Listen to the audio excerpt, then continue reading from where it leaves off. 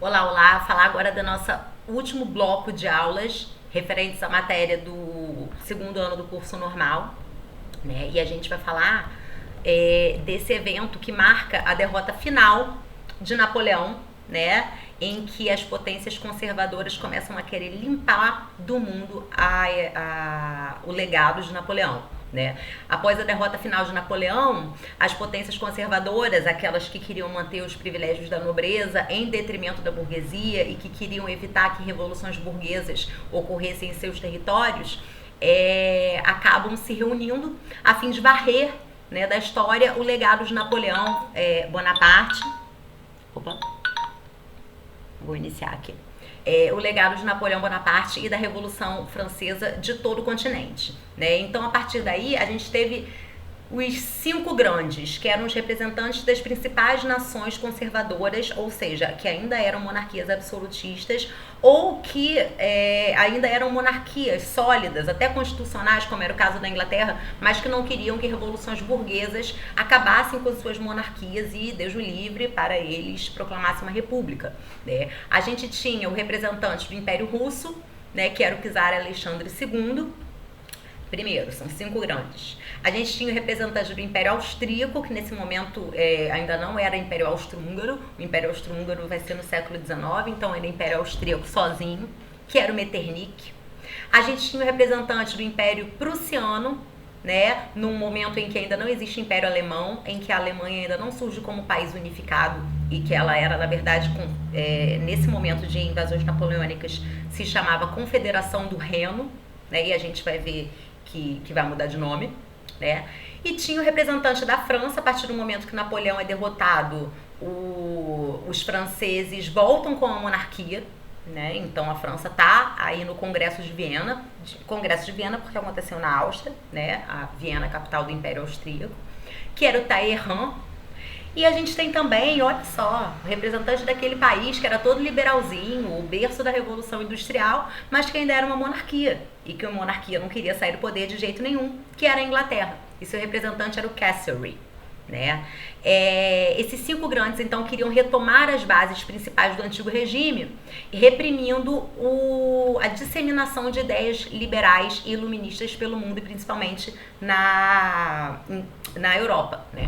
Esses líderes, eles propuseram os princípios de legitimidade e de equilíbrio do poder. Né? O princípio da legitimidade pretendia devolver os tronos às dinastias que tinham perdido em algum processo revolucionário. Né? Então, por exemplo, eu não falei que Napoleão invade a Espanha, tira o rei da Espanha e coloca o irmão dele no lugar? Isso daí ia ser desfeito, o trono ia ser devolvido para a antiga dinastia.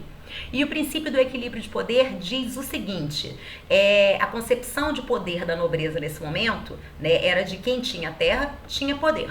Né? Então, por isso, era uma ideia de que não poderia haver na Europa um país muito maior do que o outro, já que isso acabaria com o equilíbrio de poder e poderia fazer com que essa nação maior tentasse dar uma de Napoleão, arrumar guerra com os vizinhos. Né? Então, para eles, manter países mais ou menos com as mesmas dimensões era uma forma de equilibrar o poder e promover a paz. Né? Era a visão deles nesse momento.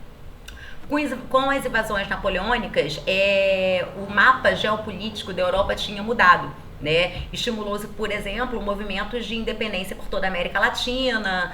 A partir do momento em que Napoleão invade a Espanha,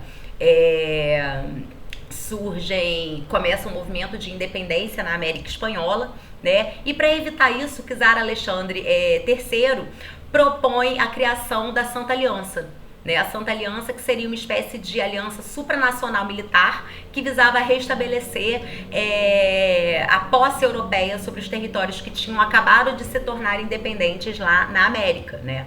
A Inglaterra não aderiu à Santa Aliança porque ela era contra a disseminação de ideais iluministas, mas ela não era contra a independência desses países. Por quê? Uma vez que esses países fossem independentes lá na América, eles poderiam comprar os produtos industrializados ingleses. Né? Então, por fim, a gente vai ver que o Congresso de Viena ele consegue, né, mais ou menos consegue restituir os antigos as antigas dinastias para os tronos, né? Consegue algumas conquistas assim, mas não vai conseguir parar mesmo os ventos da mudança, né? Provocados principalmente após a Revolução Francesa, né? Lá na Europa e após o Império Napoleônico, que a gente viu que apesar dele ter se sagrado imperador, ele constituiu uma consolidação dos ideais burgueses na França, né? Consolidou a burguesia lá no poder. Né? Então tá aí, olha, o Congresso de Viena, que ocorre de 1814 a 15. O princípio, né, era de restauração. Restaurar o quê? O antigo regime. O princípio de legitimidade, que é devolver os territórios para as antigas dinastias. O princípio do equilíbrio de forças, que era colocar países mais ou menos das mesmas dimensões. E estabelecer compensações, tá? Então, para que justamente esses países, esses reinos, tivessem mais ou menos o mesmo tamanho. Tá? Aqui está o mapa de como a Europa estava no auge do Império Napoleônico, e aqui agora a gente tem um mapa de como a Europa fica após o Congresso de Viena. A gente vai ver, ó, que está aqui o Reino de Portugal, o Reino da Espanha, mais ou menos do mesmo tamanho do Reino da França. Isso aqui delimitado em vermelho não se chama mais Confederação do Reno, passa a se chamar Confederação Germânica, e o país que lidera, que é o mais rico, né, e industrializado da Confederação Germânica, é o Reino da Prússia, que é um território descontínuo, que está aqui e também está aqui. O Império Austríaco, também mais ou menos do mesmo tamanho. O Império Russo, muito grande, mais longínquo, né? Então é só para a gente ter uma ideia de como era a Europa na época do auge do Império Napoleônico e como fica quando Napoleão é finalmente derrotado e o Congresso de Viena começa a agir, tá?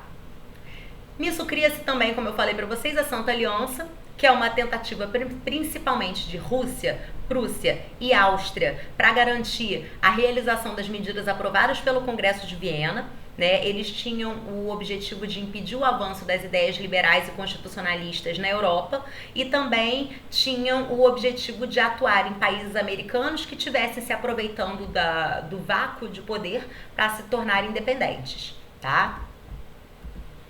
E é basicamente isso, tá certo? Vou dar um alt tab aqui. A nossa matéria de segundo ano, primeiro bimestre, está totalmente concluída na sua parte teórica. Mandei um super resumo para vocês, mas acho que é importante também. Valeu, valeu, até a próxima.